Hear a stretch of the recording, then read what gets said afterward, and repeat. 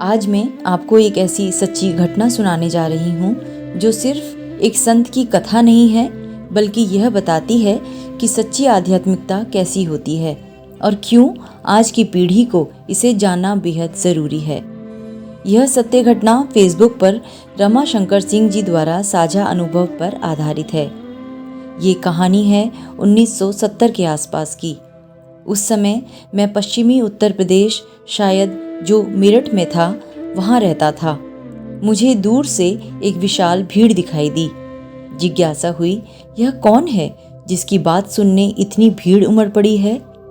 मैं भी धीरे धीरे उस भीड़ में शामिल हो गया और फिर जो देखा वह आज के कथावाचकों से बिल्कुल अलग था।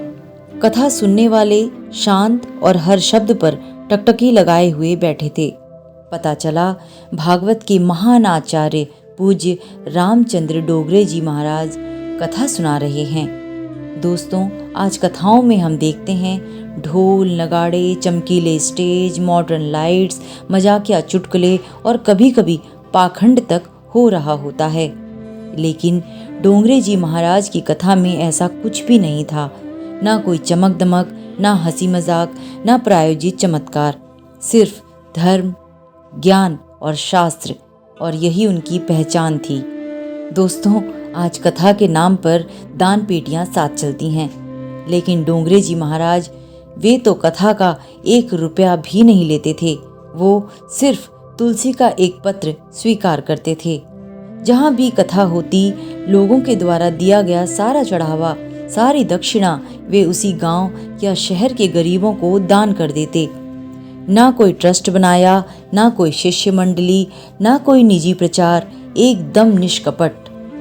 जब उनकी शादी हुई तो पहली ही रात उन्होंने अपनी पत्नी से कहा, देवी, पहले 108 भागवत कथाओं का पारायण कर लें, उसके बाद आपकी इच्छा हो तो हम गृहस्थ जीवन शुरू करेंगे।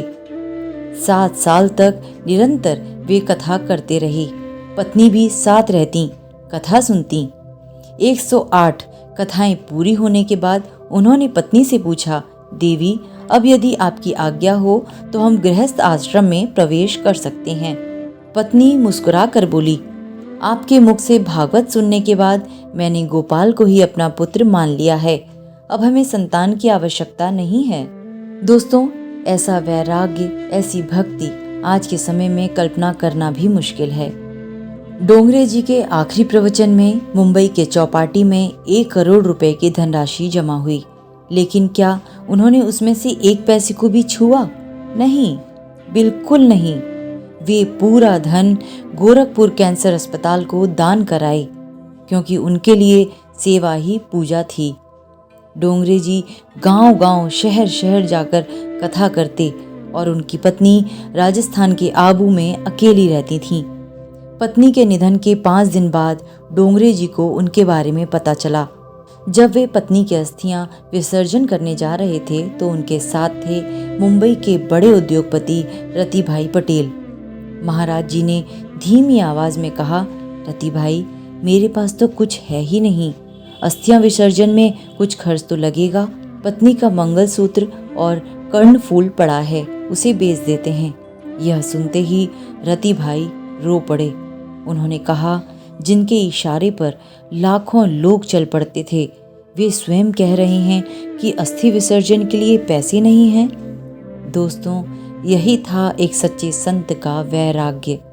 आज जब हम टीवी और सोशल मीडिया पर स्वयं घोषित गुरुओं को देखते हैं तो करोड़ों की गाड़ियां, सुरक्षा का घेरा, विशाल मंच और अनगिनत विज्ञापन, तो तुलना करते ही मन कह उठता है, कहाँ वो युग और कहाँ आज की चमक दमक। डोंगरे जी जैसे संत सिर्फ भक्ति नहीं देते थे, वे हमें ये भी दिखाते थे कि धर्म का अर्थ है त्याग, सादगी और सेवा। संत वो नहीं जो मंच सजाए, संत वो है जो मन सजाए। धन्यवाद।